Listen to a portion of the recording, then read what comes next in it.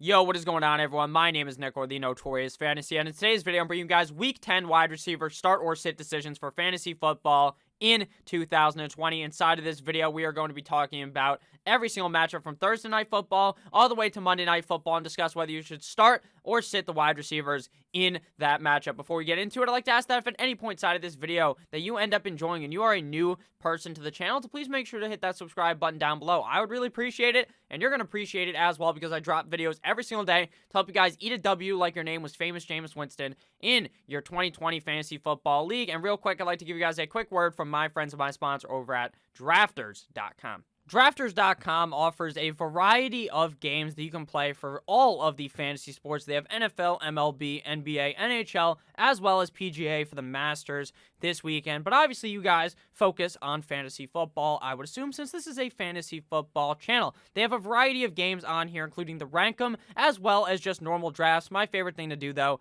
is definitely just the normal drafts. There's a variety of entry prices on here, as high as like $530, as low as like $2 or $1 per game. It's really just a variety. There's going to be a lot of people drafting on here, and it is very, very fun to play. It's pretty much like a redraft league like that you drafted at the beginning of the season, but it's just for 1 week. So go ahead and join Drafters.com. Use code Notorious at checkout. It gives you a 50% deposit bonus up to $100 with a 10 times rollover on the bonus to withdrawal. Make sure you guys check it out. Notorious at checkout. Add me as a friend on here. Notorious FNTSY if you guys would like to draft with me. And we are back. Let's get into it. Week 10 wide receiver start or sit decisions. We begin with Thursday Night Football, the Indianapolis Colts at the Les Titans. Now, there's not that many starters in this game that are guys, or there's not that many wide receivers, I should say, that are guys that I'd be looking to start in this matchup for the Les Titans. I only like A.J. Brown in this matchup. A.J. Brown has just been a certified top 12 wide receiver in fantasy football when he is healthy. He commands such a target share in this Titans offense. While you may think, oh, the Tennessee Titans, they like to run the ball, Derrick Henry, this, that, and the other thing. In reality, A.J. Brown is one of the most used pieces in this offense, and he is going to be giving the Indianapolis Colts his piece this week on Thursday Night Football. I love A.J. Brown this week. Last week, Corey Davis did you dirty and fucked you right in the pooper, but at the end of the day, I expect him to definitely bounce back in this matchup. It is a tougher one up against the Indianapolis Colts, so I'm going to go ahead and lay him as a sit this week, but I would not be surprised if he had a bounce back game here up against the Indianapolis Colts. For the Colts, it's just a complete and utter shit show at the wide receiver position. It is a smorgasbord of wide receivers comprised of Zach Pascal, Michael Pittman, T.Y. Hilton. Maybe he plays, maybe he doesn't. Who fucking knows and who cares? T.Y. Hilton is completely irrelevant to this conversation, as is all of the Colts wide receivers. Phillip Rivers just does not look that great out there. He never plays good up against all-right competition. He's kind of like Lamar Jackson. So I think that the Titans roll the Colts here. I don't think the Colts wide receivers are going to be very useful at all on Thursday Night Football. Next game here, we got the Philadelphia Eagles at the New York Football Giants. And in this one, I actually like a decent amount of wide receivers. It seems like the Giants have said skedaddle to Golden Tate. Golden Tate's wife on Instagram dropped like a fucking mixtape, like a diss track, like when MGK dissed Eminem. Just like that. He was pretty much like, this Giants organization is a bunch of fucking dumbasses. They don't give Golden Tate the ball. My beautiful husband not giving him the ball. What the fuck? Full on Aisha Curry-esque drop here, and she was pissed off. So, Golden Tate must have been pissed off too, so he just didn't play last week. Will he play this week? I don't know. But what I do know is I like the other Giants wide receivers if he does not play in this matchup. Darius Slayton is just a deep down the field threat that does get open a lot for Mr. Danny Dimes. And Sterling Shepard has been pretty utilized as well in this offense. And I think this one is going to be low scoring, so you are kind of risking it starting either of these Giants wide receivers. But there's a lot worse options than them out there. For the Eagles, Travis Fulgham has been very, very good thus far this season. He's a guy that I had no idea who the fuck he was. He came up on the waiver wire show. I think it was either week 2 or week 3, and I just didn't believe in him. I thought it was a fluke. Frankly, I did. This offense doesn't very much look good at all for the Philadelphia Eagles. Carson Wentz looks like he's doing the fucking bird box challenge that they did a couple years ago where you just cover your eyes and you can't see anything. That's what Carson Wentz looks like in the pocket. Does best Stevie Wonder impression in the fucking pocket. But Travis Fulgham has been performing quite well, and I expect another good game here. He played good against the Giants a couple of weeks ago. I think we see the same thing happen this week. For the Eagles, does Alshon Jeffrey return? Does he? Who cares? Who the fuck cares? Not useful for fantasy football until I see it with my own eyes, and Jalen Reagor just does not seem like the guy there just yet. Obviously, maybe in the future he will be the guy that they drafted him to be. Next game, here we got the Jacksonville Jaguars at the Green Bay Packers. We got a classic matchup of Jake Luton versus Aaron Rodgers. Just a absolute classic. Baby Chark last week ate. He ate like his name was Ezekiel fucking Elliott at a Thanksgiving dinner. That's what he did. And he's going to eat again here up against the Green Bay Packers. I do feel a bit scared that Jaire Alexander, I believe is how you pronounce his name, may cover him. But I still think he'll do fine due to a high amount of volume coming his way in this matchup up against the Packers. For the Cheeseheads, I go ahead and start Davante Adams as well as the Lazard King.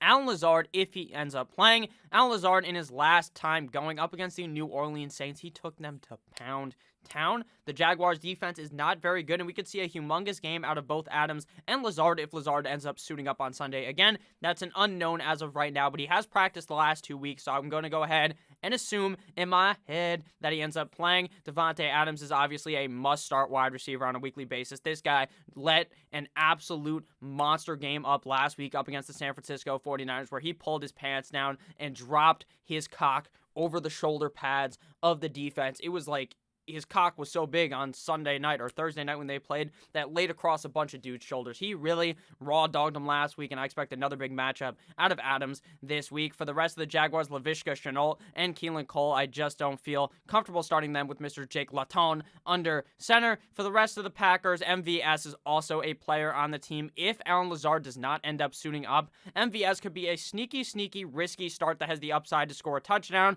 But if Lazard plays, I feel like MVS is going to have a very big reduced role this week and going forward while Lazard is healthy. Next matchup here, we got the Washington football team at the Detroit Lions.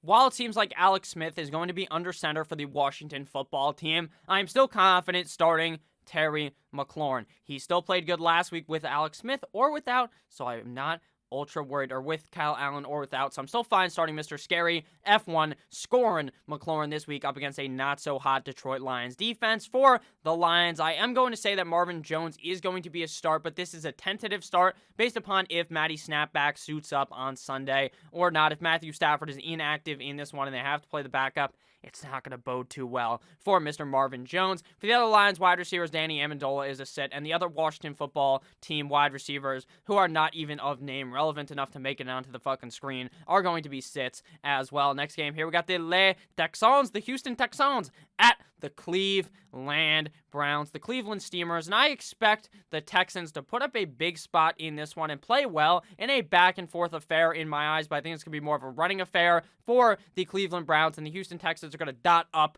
the Browns defense. Will Fuller as well as Brandon Cooks are must-starts in your lineup at this point. Brandon Cooks has been looking like, instead of Cooks, it was just Cook, and he's the cook by the name of Gordon Ramsay, chefing it up in the fucking kitchen. Brandon Cooks has been a top 10 wide receiver the last 3 weeks, I believe, in fantasy football. This guy is cooking it up on a weekly basis, and I think he's going to be cooking it up this week up against the Cleveland Browns with a heavy workload in this one. Will Fuller has also been a very safe asset to add to your lineup on a weekly basis, which is absolutely hilarious because Will Fuller of last year, you ask Nick from last year, hey, how safe is Will Fuller? And I would say Will Fuller is about as safe as wearing 3 condoms at a time and fucking someone. You know, you only want to use one because then it'll rip if you use multiple. So it makes it actually less safe, even though in your head, you know, it might say, maybe 3, that works better. No, it doesn't. That's condom talk with Notorious Fantasy. Use code Notorious at checkout on Trojan and get 20% off. You actually get nothing off there, but Trojan, hit my line. I could be like Little Dicky, but I could be Big Nicky,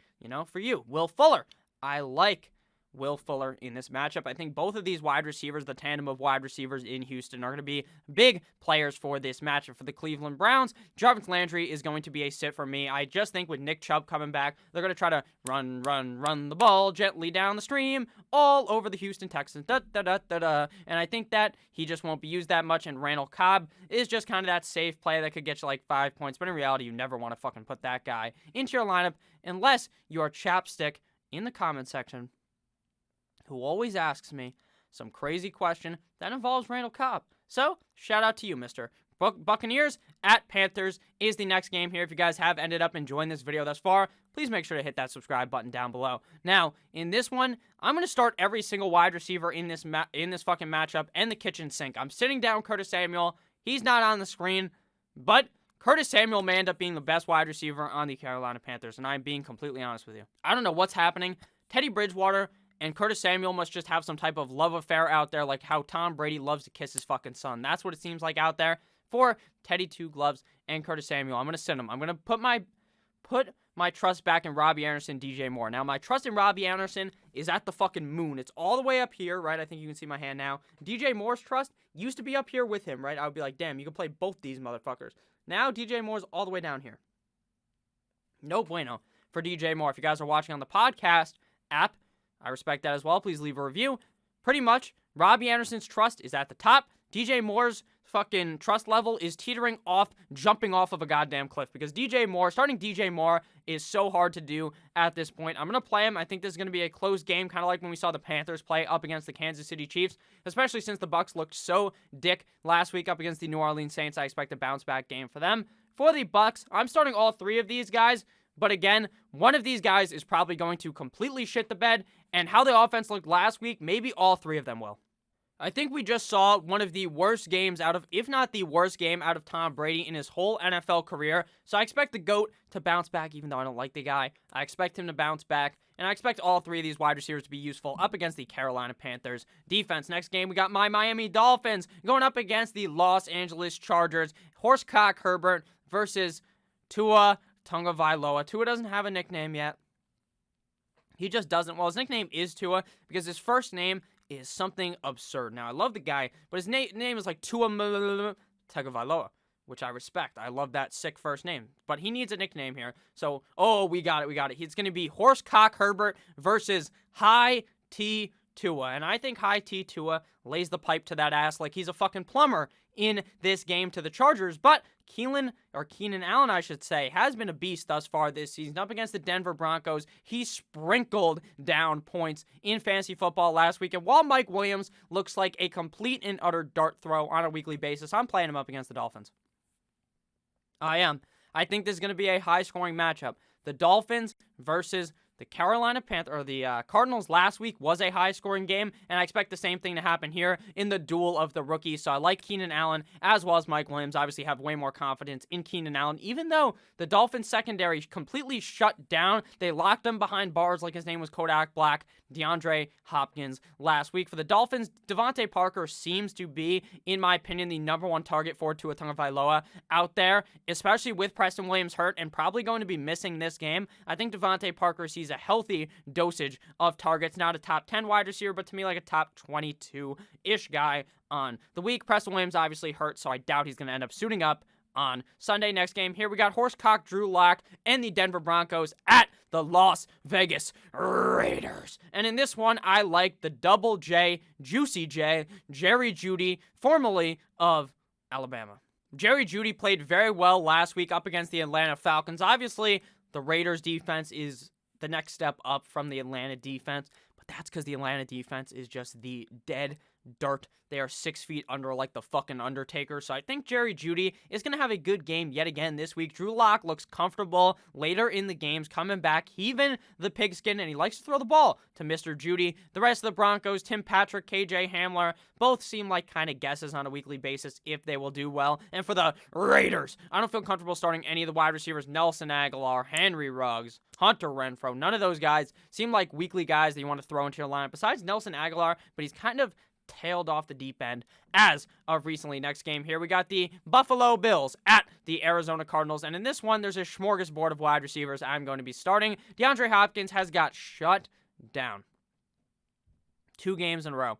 Did not do well up against the Seahawks. Then they had their bye. Then they played up against the Dolphins, and he was laid in a body bag last week. But with that said, I think DeAndre Hopkins is going to have a bounce-back game this week up against the Buffalo Bills. The Buffalo Bills defense seems like burnt fucking toast at this point in the season. We saw Russell Wilson and friends easily expose them last week, even in their losing effort. I think DeAndre Hopkins is able to exploit that defense pretty well. Christian Kirk has scored a touchdown in his past 3 NFL starts. He has a total of 4 touchdowns because he scored 2 touchdowns touchdowns in one of those games, scored last week up against the Dolphins. And I expect Christian Kirk to probably end up scoring and continuing that trend this week up against the Buffalo Bills. And for the Bills, you're going to be starting Stefon Diggs because whether or not this man finds the end zone, it's pretty easy for him to find the end zone. It's not like the clit on a woman where it's really hard to find, you know? I think it's like inside of there somewhere. Who knows? Stefon Diggs, though, on the other hand, he can easily find the clit and find the end zone. He is a one-of-a-kind human, and Stefon Diggs is going to play good up against the Arizona Cardinals with how well Josh Allen has been humming the last week, considering he was kind of on a downturn, a downward spiral for Diggs as of recent, or not for Diggs. Diggs has been playing well, but for Josh Allen as of recently. For the rest of the Bills, John Brown did have that bounce-back game, and I wouldn't be surprised if he had another good one here, especially up against a not-so-hot Arizona Cardinals defense, but I don't know if I'm going to trust him just yet. But if you are in a deeper kind of league, I actually do like John Brown, Cole Beasley, just that safety net kind of play that you never really want to be starting in your lineup. Next game here, we got the San Francisco 49ers at the New Orleans Saints. Michael Thomas made his triumphant return last week up against Tampa Bay Tom Brady, but he didn't really do all that much in that game. Though, if I'm being honest, he wasn't really needed. The Tampa Bay Buccaneers stood, fucking pressed on the gas pedal, slow down, grab the wall, wiggle like you're trying to make your ass fall off. They just fucking smashed the gas pedal and did not let go on the Bucs, and they just didn't use Michael Thomas. But this week, up against the 49ers, this defense is cheeks. Terrible. Devontae Adams ran a train on them last week. Choo-choo! And I think Michael Thomas, the slant god, Michael Thomas, returns with a big spot here up against the 49ers. Brandon Ayuk, as well as Deebo Samuel, to me, just don't feel super comfortable starting him. That Richie guy last week was the number one wide receiver, so maybe he's it again, but I don't feel comfortable starting any of these guys, especially with how good the Saints defense looked last week up against Tampa Bay Tom Brady. Next game here, we got the Seattle Seahawks at the Los Angeles Rams, and in this one, I like all the wide receivers. I'm going to admit it. I like them all. It's like how in Oregon now, I believe, you can just take all the drugs. I like all the players here. There, you can like all the drugs because they're all fucking decriminalized somehow. You could just do some nice coke right in front of the police officer, and I'm pretty sure they don't care anymore. So Seattle at the Rams, DK Metcalf and Tyler Lockett, you throw them in your lineup. It is a no-doubter, a no-brainer. Stephen Curry from 3, bang. That's just what it is. It is auto-fucking-manic. Like an assault rifle. That's what it is. Automatic. DK Metcalf is going to splash all over the Rams, as is Tyler Lockett. They're going to go ahead and form the Eiffel Tower. So DK Metcalf, Tyler Lockett, boom, they're going to clap right here, and they're going to be railing one in the mouth, one in the ass of the Rams defense. Same thing goes with Robert Woods and Cooper Kupp. This Seattle defense is awful. Seattle's defense cannot stop anything. They will not be able to stop you if you want to run a route against them. So go ahead, suit up, put me in the fucking game, coach. I'm going to go play because Robert Woods and Cooper Kupp are going to have outstanding games this week as well. For the other Sea Chickens, David Moore, going to be a sit for me, even though he somehow magically, like every couple of weeks, scores a touchdown, but he scored last week. So don't get too spicy. Don't get a little too comfortable. Don't try to get a little too cute and play him this week. But next week, it seems like every other week for David Moore. So next week, you can fire him out. Josh Reynolds, just not involved enough in the Rams offense for me to feel comfortable starting him this week. Next game here, we got the Cincinnati Bengals at the Pittsburgh Steelers. And we know what we got to do. We got to take the book and throw it out the fucking window because this is an AFC North matchup. If you guys saw that Twitter post from the Cincinnati Bengals, it was some player, I don't remember who it was, and he was just wiping his fucking feet with the terrible towel as if they're going to win this game. The Steelers are undefeated. They're going to beat the Bengals, but that doesn't mean you can't play any Bengals players in this one. I do like Tyler Boyd most out of these two. The Steelers' defense is fucking scary. Plain old, scary as fuck, like a horror movie. So I'm only going to play Tyler Boyd, but that's even a bit risky. If you have other options, I would actually advise sitting Tyler Boyd. I do like Chase Edmonds, Deontay Johnson, as well as Juju Smith-Schuster in this matchup. The Bengals defense is soft serve fucking ice cream, so I wouldn't be surprised if all three of these guys scored a touchdown on Sunday.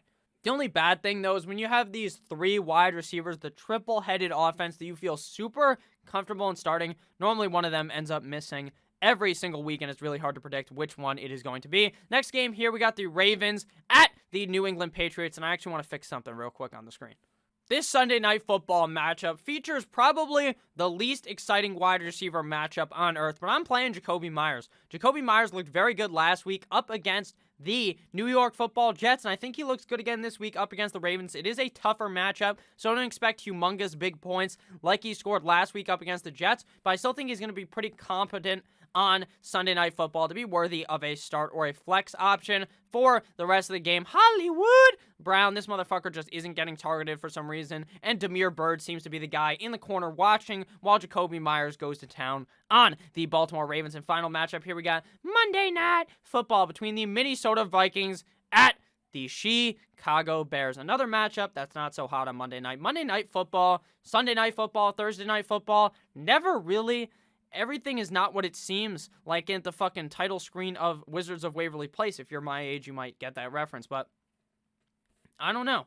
I mean, these games, these matchups, they look all right, and then they always end up sucking complete and utter cock. So Vikings at Bears, I think this will be a good one, though, for the wide receiver core. Adam Thielen as well as Justin Jefferson are definitely starts for me this week. That Bears defense just is not the Bears defense of the past, but it's kind of not their fault because they're always in the fucking game because Nick Foles and the Bears offense don't look good at all. But as long as Nick Foles is in the game, I'm playing Allen Robinson, plain and fucking simple. I have to play Allen Robinson because the guy is just such an alpha on the field. He gets so much work in the offense that you just have to go ahead and bite the bullet and start him. For the rest of the Bears, Darnell, here comes the Monet, as well as Anthony Miller are just not worthy of starts. Darnell Monet is wide open in the end zone or wide open deep down the field so many times in the game, and then Nick Foles throws the ball, and the thing hooks left like my fucking penis, so can't be doing that. Can't be starting Darnell Mooney or Anthony Miller. So let me know down below what you guys thought about this video. Let me know if you guys have any questions. I try to answer as many questions as I can